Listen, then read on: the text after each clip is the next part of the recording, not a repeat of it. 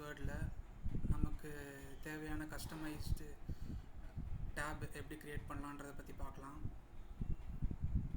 அதுக்கு முன்னாடி யாராவது சப்ஸ்கிரைப் பண்ணலன்னா சப்ஸ்கிரைப் பண்ணிக்கோங்க, லைக் அண்ட் ஷேர் பண்ணுங்கள். ஃபார் எக்ஸாம்பிள், இப்போது நம்மளுக்கு கஸ்டமைஸ்டு டேப் வேணும்னா ஏதாவது ஒரு டேப் மேலே ரைட் கிளிக் பண்ணி கஸ்டமைஸ் த ரிப்பன்,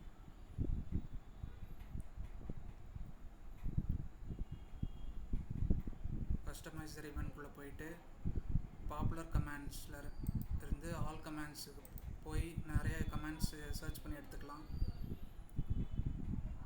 இப்போ நம்ம ஆல் கமெண்ட்ஸ் பாப்புலர் கமெண்ட்ஸ்லேயே இப்போ ஃபார் எக்ஸாம்பிள்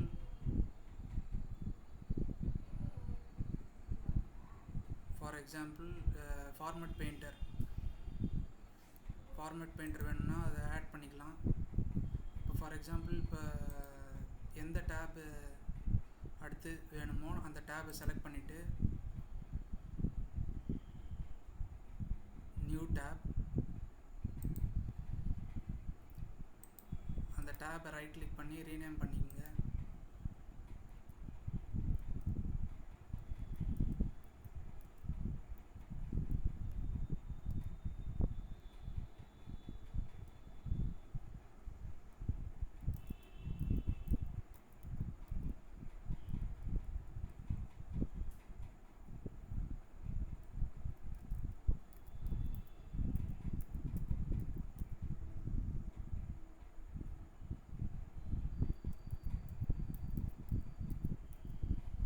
இப்போது இந்த டேபுக்கு கஸ்டமைஸ்டு ஆப்ஷன்ஸ்ன்னு நேம் கொடுக்குறேன். இப்போ இந்த குரூப்பை ரைட் கிளிக் பண்ணி ரீநேம் பண்ணிக்கோங்க.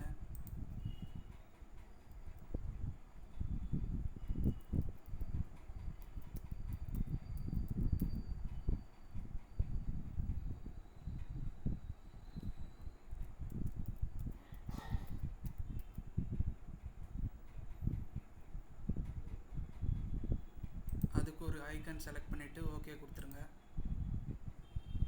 இப்போ ஃபார் எக்ஸாம்பிள் இந்த குரூப்பை செலக்ட் பண்ணிவிட்டு ட்ரா டேபிள் வேணும்னா ஆட் பண்ணிக்கலாம். அதேமாதிரி ஃபார்மட் பெயிண்டர் வேணும்னா ஆட் பண்ணிக்கலாம்.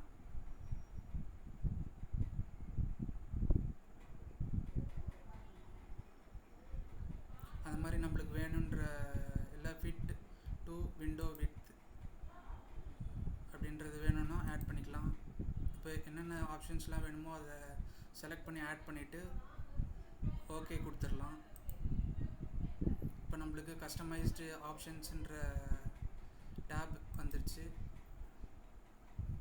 எசென்ஷியல் ஆப்ஷன்ஸ் அப்படின்ற குரூப்பில் நம்ம ஆட் பண்ண ஆப்ஷன்ஸ் எல்லாம் அப்பியர் ஆகுது.